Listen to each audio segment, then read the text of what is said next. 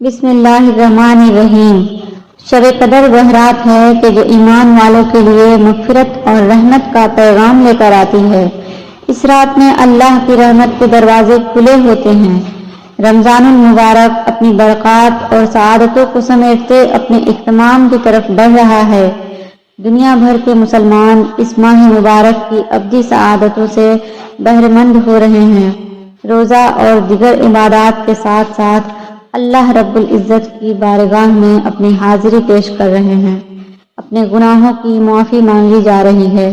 طویل قیام و سجود سے اپنے خالق و مالک کو راضی کرنے کی کوششیں کی جا رہی ہیں، اور دوسری طرف اللہ تعالیٰ کی رحمت کا دریا بھی جوش پر ہے۔ ایک عمل کا اجر 70 گنا عطا کیا جا رہا ہے، گناہ معاف کیے جا رہے ہیں، درجات بلند ہو رہے ہیں۔ اس حسین ماحول میں ایک عظیم رات کا تذکرہ بہت مناسب ہوگا، جس کا ذکر خود اللہ رب العزت نے اپنے کلام پاک میں کیا ہے۔ ماہ رمضان المبارک کے آخری عشرہ میں مستور یہ عظیم رات گنہگاروں کی مغفرت کی رات ہے، مجرموں کی جہنم کی آگ سے آزادی کی رات ہے۔ یہ عبادت، ریاضت، تسبیح و تلاوت، درود شریف کی کثرت، نوافل، صدقات، خیرات، عز و نیاز مندی، مراقبہ و احتساب عمل کی رات ہے۔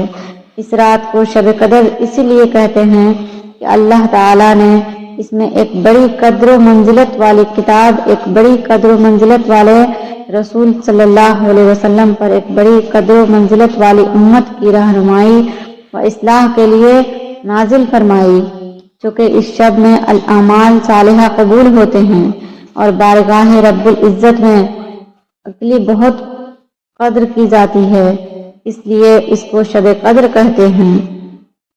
یوں تو مختلف مقامات پر شب قدر کی فضیلت کے متعلق متعدد ارشادات موجود ہیں، لیکن چونکہ اس پر اللہ کریم نے خود سورہ اتاری ہے اور اس کے سارے فضائل خود رب العزت نے بیان فرما دیے ہیں، تو مناسب یہی معلوم ہوتا ہے کہ سب سے پہلے اس سورت کا ذکر کیا جائے جو اس موقع پر نازل ہوئی۔ اس سورت مبارکہ میں ارشاد ہوا، بے شک ہم نے اس قرآن کو شب قدر میں اتارا، اور آپ نے کیا جانا کہ شب قدر کیا ہے؟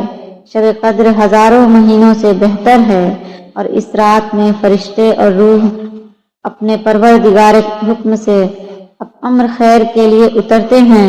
یہ رات طلوع فجر ہونے تک سراسر سلامتی ہے۔ سورہ قدر اس سورت مبارکہ سے معلوم ہوا کہ اس کی ایک رات کی عبادت 1000 مہینوں سے بھی بہتر ہے۔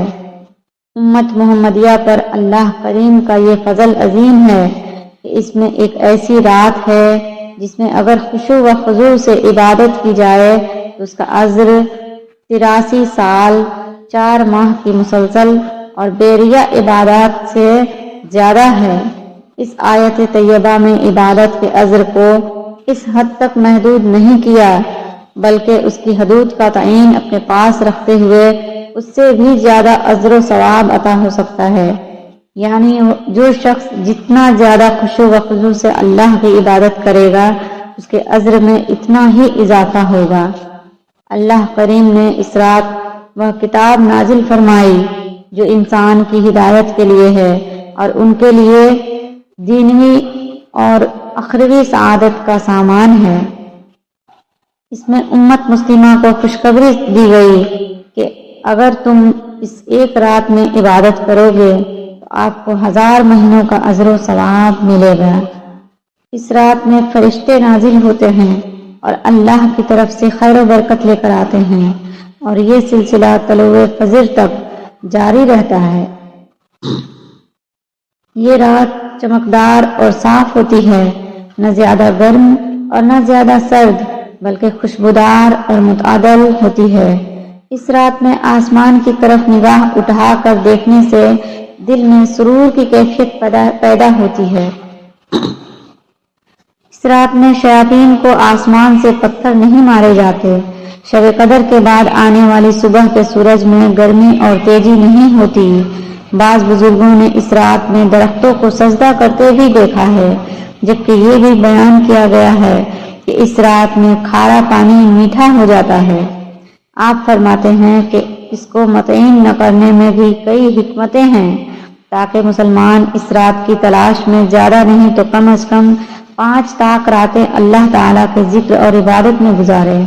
اگر رات متعین کر دی جاتی تو لوگ صرف اسی رات کو جاگتے اور عبادت کرتے، نیز اگر اس رات کو مقرر کر دیا جاتا تو اسے ذکر و عبادت میں گزارنے والے تو اجر عظیم کے مستحق قرار پاتے، لیکن اسے گناہوں میں صرف کرنے والے بھی سنگین سزا میں مبتلا کیے جاتے، کیونکہ انہوں نے شب قدر کو جانتے ہوئے اسے خدا کی نافرمانی میں ضائع کر دیا۔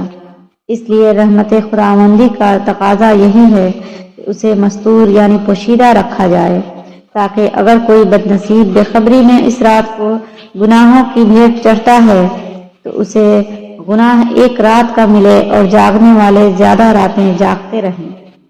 حضرت انس رضی اللہ عنہ سے مروی ہے کہ نبی کریم صلی اللہ علیہ وسلم نے ارشاد فرمایا کہ لیلۃ القدر جبرائیل علیہ السلام فرشتوں کے جمع غفیر کے ساتھ زمین پر اترتے ہیں، اور فرشتوں کا یہ گروہ ہر اس بندے کے لیے دعائے مغفرت اور التجائے رحمت کرتا ہے جو کھڑے ہوتے ہیں یا بیٹھے ہوتے ہیں اور اللہ کے ذکر میں مصروف ہوں۔ ایک اور روایت میں ہے کہ ان لوگوں سے مصافحہ کرتے ہیں جو اللہ کی عبادت میں مصروف عمل ہوتے ہیں۔ حضور اکرم صلی اللہ علیہ وسلم رمضان المبارک کے آخری عشرہ کے لیے خصوصی اہتمام فرماتے۔ بخاری و مسلم میں حضرت سیدہ عائشہ رضی اللہ عنہا سے مروی ہے کہ سرکار دو عالم صلی اللہ علیہ وسلم کا یہ معمول تھا کہ جب آخری عشرہ شروع ہوتا تو آپ اپنا تہبند کس کر باندھ لیتے، راتوں کو ذکر الہی سے زندہ کرتے اور اپنے اہل و عیال کو بھی جگاتے۔ سیدہ عائشہ رضی اللہ عنہا سے ایک روایت میں ہے ارشاد ہے کہ حضور اکرم صلی اللہ علیہ وسلم جتنا مجاہدہ رمضان المبارک کے آخری عشرہ میں کرتے اتنا کسی اور عشرہ میں نہ کرتے۔ بخاری و مسلم کی ہی ایک اور روایت میں ہے کہ سرکار دو عالم صلی اللہ علیہ وسلم نے فرمایا، جس شخص نے ایمان کے ساتھ ثواب کی نیت سے شب قدر میں قیام کیا اس کے سابقہ گناہ معاف کر دیے جاتے ہیں۔ ابن ماجہ کی ایک روایت ہے کہ سرکار دو عالم صلی اللہ علیہ وسلم نے ارشاد فرمایا کہ جو مہینہ تم پر آیا اس میں ایک رات ایسی ہے کہ جو 1000 مہینوں سے بہتر ہے۔ جو شخص اس کی سعادت حاصل کرنے سے محروم رہا وہ ہر بھلائی سے محروم رہا۔ نیز فرمایا کہ لیلۃ القدر کی سعادت سے صرف بد نصیب محروم رہ سکتا ہے۔ ابن ماجہ میں ہی ایک اور روایت ہے کہ سیدہ عائشہ صدیقہ رضی اللہ عنہا فرماتی ہیں کہ سرکار دو عالم صلی اللہ علیہ وسلم رمضان المبارک کے آخری عشرہ میں باقی دنوں سے بہت زیادہ کوشش فرماتے تھے۔ حضرت سیدنا عبد القادر جیلانی ارشاد فرماتے ہیں کہ لیلۃ القدر میں زمین کا کوئی ٹکڑا ایسا نہیں ہوتا جہاں فرشتے سجدہ قیام کی حالت میں مومن مردوں یا عورتوں کے لیے دعا نہ مانگ رہے ہوں۔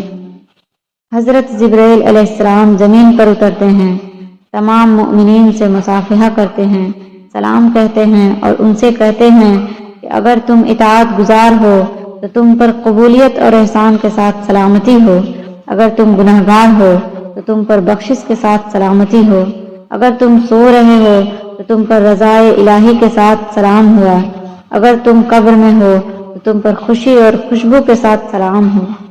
شب قدر وہ رات ہے کہ جو ایمان والوں کے لیے مغفرت اور رحمت کا پیغام لے کر آتی ہے۔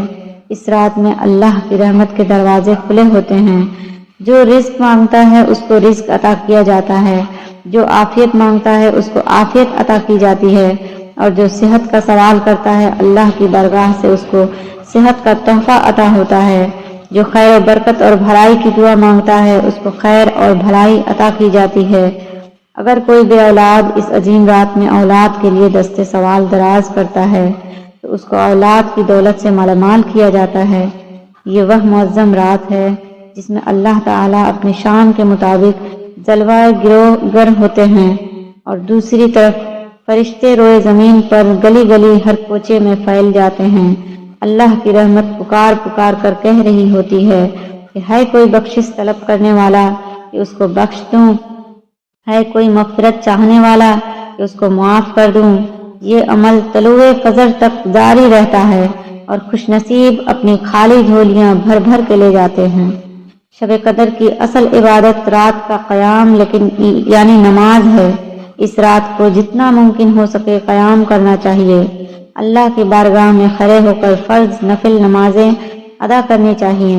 اس رات کے اندر بندہ مومن کو چاہیے کہ وہ خوب توبہ و استغفار کرے، اپنے صغیرہ کبیرہ گناہوں کی معافی طلب کرے اور اپنی لغزشوں پر ندامت کا اظہار کرے۔ اس عظیم رات کی ہر گھڑی قبولیت سے مالا مال ہوتی ہے۔